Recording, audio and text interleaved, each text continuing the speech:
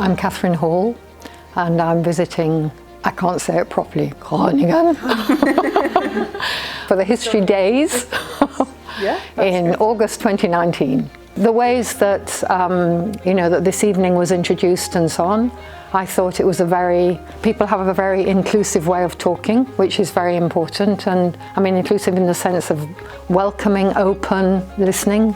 So the question to think about is, what do we mean by inclusive history, and is it a possibility? Well, I suppose when I saw that that was the theme, I thought great, because that means what people are thinking about is probably questions of gender and questions of race and questions of sexuality and so on. One could go on. I mean, the kind of work that's been done in the last 30, 40 years, there have been such changes really in how histories are being written, but there's still such a long way to go, in my view.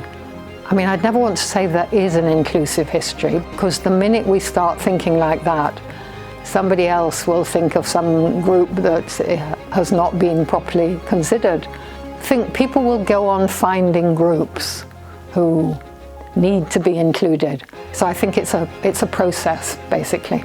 Once you begin to think, once you begin to put yourself into other people's situations and try and understand what the thinking is that comes out of that, I mean, in the end, it's only by thinking about those issues in relation to ourselves and not displacing it onto doing a piece of historical work, or, it's how do we conduct ourselves in the world in which we live now.